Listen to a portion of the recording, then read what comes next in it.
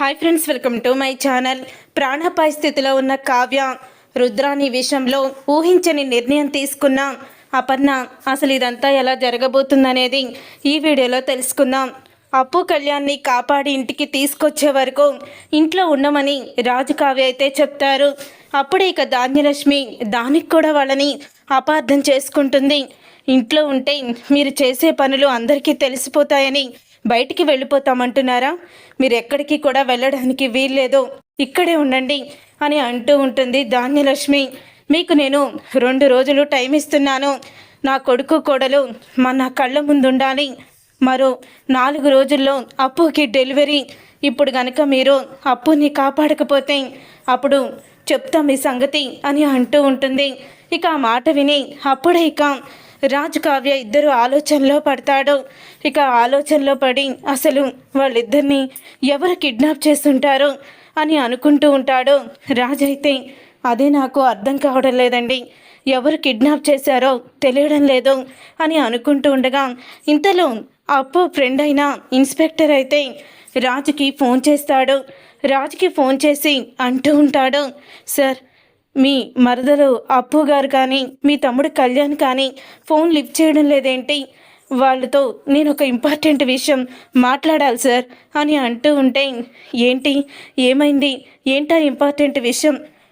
అదే సార్, హాస్పిటల్లో మీ పాపని మినిస్టర్ గారు తీసుకున్నప్పుడు, అలాగే మిమ్మల్ని హాస్పిటల్లో మీ మీద దాడి చేసి పాపని చంపాలనుకున్న రౌడీల్ని పట్టుకోమని నాకు సీక్రెట్గా అప్పు గారు చెప్పారు. అసలు వాళ్ళ చేత ఇదంతా ఎవరు చేయించారు? మినిస్టర్ గారు అయితే పంపించలేదు. ఎవరు చేయించారో ఆ రౌడీల్ని పట్టుకొని నువ్వు మొత్తం కూడా తేల్చాలి, కనిపెట్టాలి అని అన్నారు. నేను ఆ రౌడీల్ని పట్టుకున్నాను సార్. నా దగ్గర వాళ్ళు బందీలుగా ఉన్నారు. మేడం వస్తున్నాను అని చెప్పి కాల్ చేశారు, కానీ ఇప్పటి వరకు రాలేదు అని అంటూ ఉంటే అప్పుడే ఇక ఆ మాట విని ఒక్కసారే షాక్ అయిపోతూ ఉంటాడు. రాజైతే ఇక షాక్ అయిపోతూ నేను వెంటనే వస్తున్నాను అని అంటూ ఉంటాడు రాజ్. అప్పుడే ఇక కావ్యతో జరిగిందంతా చెప్పడంతో మనకి రాని ఆలోచన అప్పుకి వచ్చింది. ఆ రోజు మినిస్టర్ గారు మన పాపనే ఎందుకు తీసుకున్నారు? పాపని చంపడానికి హాస్పిటల్కి రౌడీల్ని మినిస్టర్ గారు పంపించలేదు. మరి ఎవరు పంపించారు? అంటే మనకి తెలియకుండా మన వెనకాలే ఎవరో మనకి శత్రువులుండి వాళ్ళంతా కూడా చేస్తున్నారు అని అంటూ ఉంటే ఆ మాట విని అప్పుడే ఇంకా రాజైతే ఆ రౌడీలను చితకబాతే అప్పుడు మొత్తం నిజాలన్నీ కూడా బయటపడతాయి అని వెంటనే రౌడీల దగ్గరికైతే రాజు కావ్య వెళ్తారు. వెళ్ళిన తర్వాత అప్పుడే ఇక రాజు కావ్య ఇద్దరు కూడా ఇక రౌడీల్ని చూసి ఇక చితకబాతాడు. రాజైతే చెప్పండిరా, నిజం చెప్తారా? ఇక్కడే మిమ్మల్ని కేసు లేకుండా ఎన్కౌంటర్ చేసేయమంటారా అని రివాల్వర్ గురి పెడతాడు రౌడీలకి. అప్పుడే ఇక రౌడీలు అయితే ఒక్కసారి షాక్ అయిపోతూ మమ్మల్ని చంపకండి సార్, మమ్మల్ని పంపించింది రుద్రాణి గారు అని అనగానే రాజు కావ్య ఇద్దరూ కూడా షాక్ అయిపోతూ ఉంటారు. మిమ్మల్ని పంపించింది రుద్రాణియా అని అంటూ ఉంటుంది కావ్య. అవును మేడం, రుద్రాణి గారే డబ్బులు ఇచ్చి ఆ రోజు పాపని చంపమని మాకు చెప్పారు. మేమందుకే పాపని చంపడానికి వచ్చాము అని అనగానే, అంటే మన వెనకాలే ఉండి మనకి అంతా కూడా సమస్యల్ని తీసుకొస్తుంది రుద్రాణి అండి. ఇంట్లో నుంచి బయటికి గెంటేసినా సరే తన బుద్ధి మాత్రం ఇంకా మారలేదు. అంటే మన మీద పగ తీర్చుకోవడానికి చివరికి మన పాపని కూడా తను చంపాలని చూసిందంటారా అని అనగానే, ఈ ప్రశ్నకి జవాబు మినిస్టర్ గారే చెప్పాలి అని అంటూ ఉంటాడు రాజైతే. ఇక మినిస్టర్ దగ్గరికి అయితే వెళ్తారు. ఇక మినిస్టర్ దగ్గరికి వెళ్ళిన తర్వాత అప్పుడే ఇక కావ్య అయితే మినిస్టర్ని అడుగుతూ ఉంటుంది, చెప్పండి మినిస్టర్ గారు, ఆ రోజు ఇంకా 2 బిడ్డలు ఉండగానే 2 పాపలు ఉండగానే మా పాపని మీరు ఎందుకు తీసుకోవాలనుకున్నారో చెప్పండి అని అడుగుతూ ఉంటుంది కావ్య. ఇంతలో ఇక తులసి అయితే, చెప్పండి, ఇంకా ఎందుకు ఆలోచిస్తున్నారో? మన బిడ్డని కాపాడి మన చేతిలో పెట్టిన రాజు కావ్యలకి ఇంకా అన్యాయం చెయ్యాలనుకుంటున్నారా అని అడుగుతూ ఉంటుంది తులసి. ఆ రోజు హాస్పిటల్లో మీ పాపనే తీసుకోమని చెప్పింది ఎవరో కాదు, రుద్రాణియే. అలాగే మీ కుటుంబం మీద ఎలా పగ తీర్చుకోవాలో, మిమ్మల్ని ఎలా దెబ్బ కొడితే మళ్ళీ నా జోలికి రాకుండా ఉంటారో ఇవన్నీ కూడా నాకు సలహాలు ఇచ్చేది కూడా రుద్రాణియే అని అంటూ ఉంటే అప్పుడే ఇక రాజు కావ్యకి పూర్తిగా అర్థమైపోతుంది.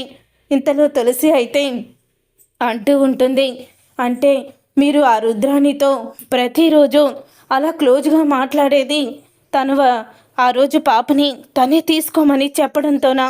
అందుకేనా హాస్పిటల్లో నాకు పెద్ద సహాయం చేసింది, మన జీవితాల్ని కాపాడింది అని తన గురించి గొప్పగా చెప్పారు అని తులసి అంటూ ఉంటుంది. ఆ రుద్రాణిని చూస్తేనే నాకు అర్థమైపోయింది అది ఒక గుంట నక్కని. అలాంటి గుంట నక్కతో చేతులు కలిపారా అని అంటూ ఉంటే, అయితే ఇప్పుడు అప్పుని కళ్యాణ్ని కూడా అదే కిడ్నాప్ చేసి ఉంటుందండి అని అంటూ ఉంటుంది కావ్య. అవును, ఖచ్చితంగా అదే కిడ్నాప్ చేసి ఉంటుంది. మనం ఎలా పట్టుకోవాలని ఆలోచిస్తూ ఉంటే అప్పుడే ఇక మినిస్టర్ అయితే, మీకు ఎలాంటి సహాయం కావాలన్నా నేను చేస్తాను. ఆ రోజు అప్పు కళ్యాణ్ నా దగ్గరికి వచ్చి మీకు సహాయం చేసింది ఎవ్వరు అని నన్ను నిలదీశారు. కానీ అప్పుడే రుద్రాణి ఉంది, వాళ్ళ మాటలు వింటూ ఉంది. సర్లే, ఆ రోజు ఎలాగో నా భార్య ప్రాణాల్ని కాపాడింది కదా అని నేను నిజం చెప్పలేదు. ఖచ్చితంగా రుద్రాణి ఇదంతా చేస్తుంటుంది అని అంటూ ఉంటే అప్పుడే ఇక కావ్య అయితే మినిస్టర్తో, ఎలాగో రుద్రాణి మీతో మాట్లాడుతుంది కదా, అయితే మీరు మాకు ఒక సహాయం చెయ్యండి అని అడుగుతూ ఉంటుంది. చెప్పండి కావ్య గారు అని మినిస్టర్ అంటూ ఉంటాడు. రుద్రాణికి ఫోన్ చేసి అసలు ఏం జరిగిందో తెలుసుకోండి అని అనగానే, రుద్రాణి ఇప్పుడు నాకు నిజం చెప్పదేమో అని నాకు అనిపిస్తుంది అని అంటూ ఉంటాడు మినిస్టర్.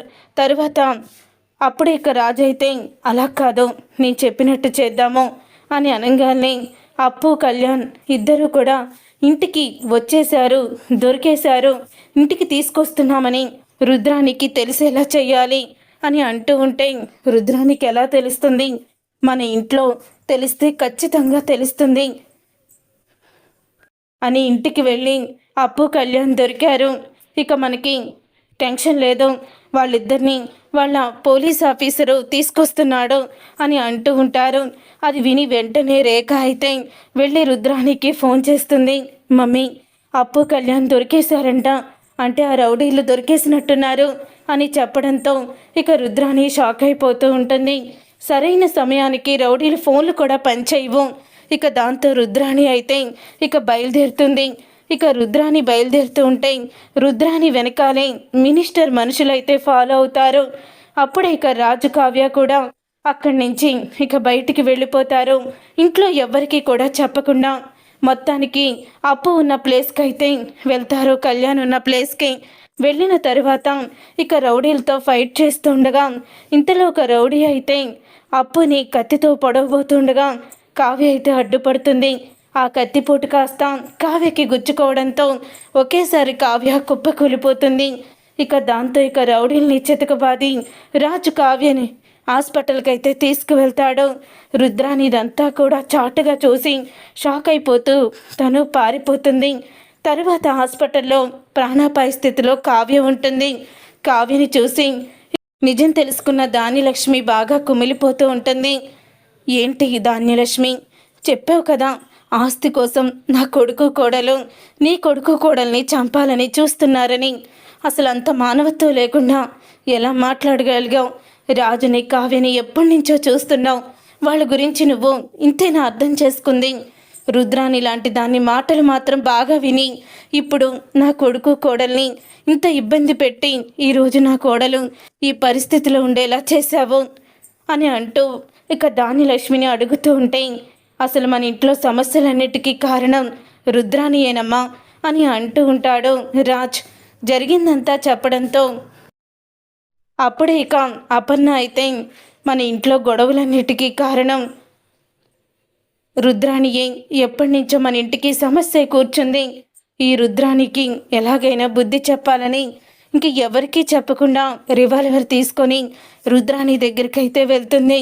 రుద్రాని దగ్గరికి వెళ్ళి, అసలు నిన్ను ఇంట్లో నుంచి బయటికి గెంటేయకుండా ఆ రోజే చంపేస్తుంటే సరిపోయేది, కానీ నీ కొడుకు కూతురు ముఖం చూసి నిన్ను వదిలేశాను.